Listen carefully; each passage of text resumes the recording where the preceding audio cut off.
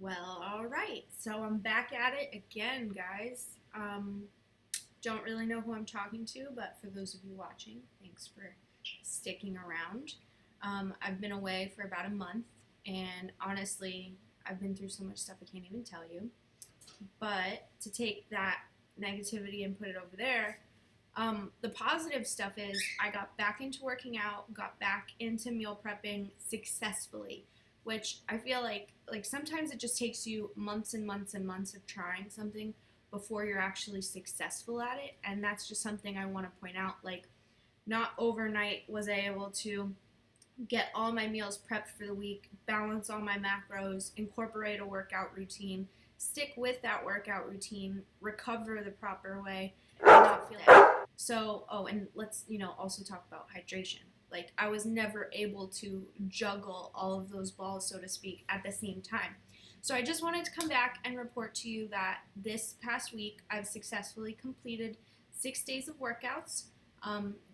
It's the morning of my 6th day, so I haven't got through my 6th day of meal prep and all that great stuff. But 5 days of consistent meal prep, 5 days of consistent hydration.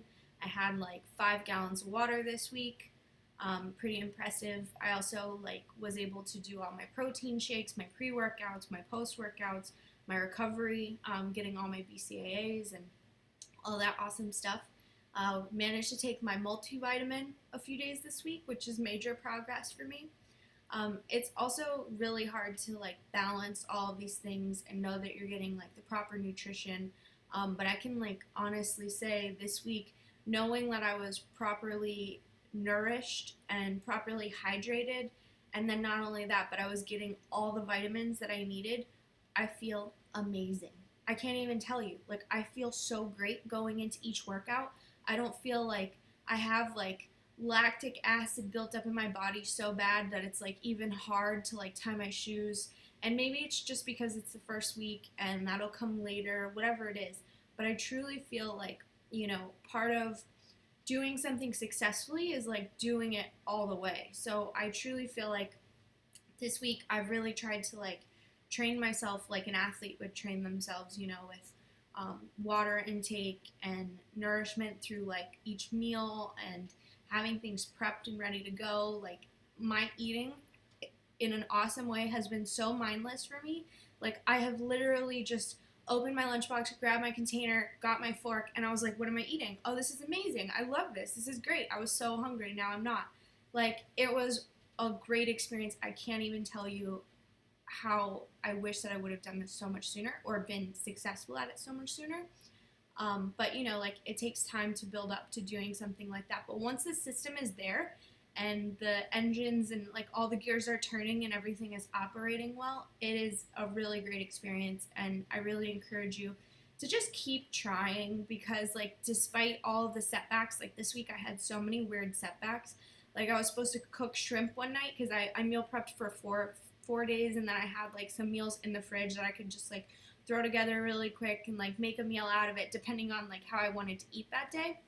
So anyway, I had shrimp in the fridge ready to be cooked. It was day 2, which is the day that you're supposed to cook, uncooked shrimp. I go to open it up, and of course it's sustainably sourced, as good as it possibly can be. No fish were harmed in the making of this shrimp catch, whatever. So I go to grab these shrimp, and I'm there's something terribly wrong here. It's pungent, it's smacking me in the face. What am I going to do?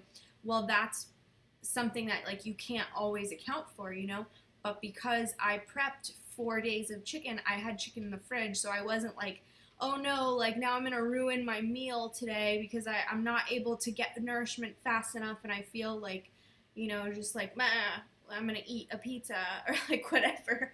So I was able to properly nourish my body, although I had to deviate from my original plan, which was not a big deal. At least this time it wasn't. In the past it would have been I'm giving up. I'm too tired to deal with this. It's after work. The excuses are ridiculous, and I have many of them, and they work really, really well. So the last thing I'm going to tell you, because this is turning into a really long rant video, and I just wanted to make this really fast before I go and drink my protein shake, because I'm post-workout, so I'm talking all amped up right now. Sound like I just did drugs, but I didn't.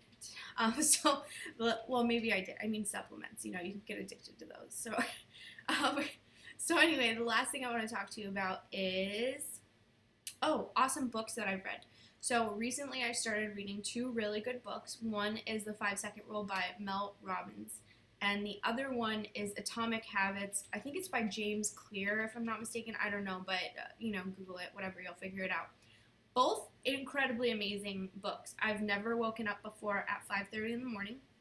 Because of the 5 second rule, I was able to successfully get out of bed at 5 o'clock, 5:30 relatively, but 5:30 in the morning. And because of James Clear's Atomic Habits, the habit sequences that kind of go in order and they start to like tie themselves together, I've been able to wake up at 5:30 in the morning, go to the bathroom, get my workout clothes on, get my shoes on, go make my pre-workout. Like, I've created a habit sequence for working out in the morning. So that's just really incredible to me because personally, like I said, I've never woken up at 5:30 in the morning. And I actually was at a friend's house like maybe a month ago or so, and I was like, oh man, you wake up at 5 o'clock in the morning. That's like amazing. And she's somebody that like doesn't have a choice because she has a kid and like she has to wake up. Like, she has to wake up. Like, you can't not wake up when you have a kid. So I'm like, oh, that's so incredible. Like, life goals, like that's exactly what I want to do one day, like way far away, because everything else that I'm doing is really hard. So like, not right now. And she was like, well, you should just like do it. Just like wake up and just do it. And me and my mindset, I'm like, listen, that's too hard. I'm putting that over here. I have school, work, meal prepping, working out. Like, this is enough of a situation to try and deal with outside of like, let me like throw in waking up ridiculously early like I've never done before in my life. So anyway, I was leaving our house and I was like, too hard. No thanks. Bye. But so it was really funny because that kind of like started to resonate with me, like Nancy Duarte, stamp here. But that started to really resonate with me, and then I started to think to myself, like, there are so many things in life that are too hard to do, and if no one ever did those things that were too hard, then no one would ever get anywhere, because everything that you start to do for the first time, like whatever it is, whether it's like the laundry or, whatever, it's always too hard. So just a quick reminder to yourself, if something is too hard, you should definitely do it. Like, you should do it even more. You should want to do it so much that you make it like your only objective that month is, I'm going to do this thing that is so hard to do that I would never be able to do before because it's that hard. And then at the end of the month, maybe it'll be easy and you'll be like, added that one to my shelf, bing, trophy.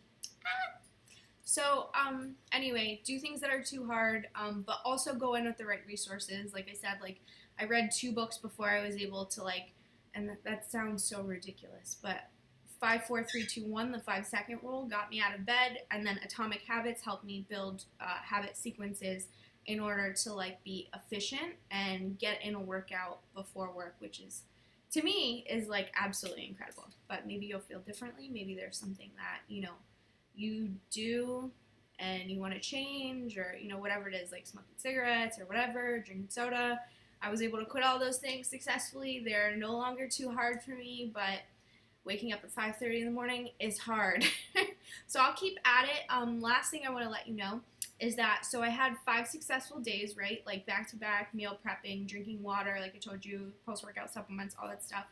And I was able to lose 4 pounds this week. Actually, technically it was 5. I gained a pound in the middle of the week, and I was like, bleep, however you want to say it. But I was really upset that I gained a pound.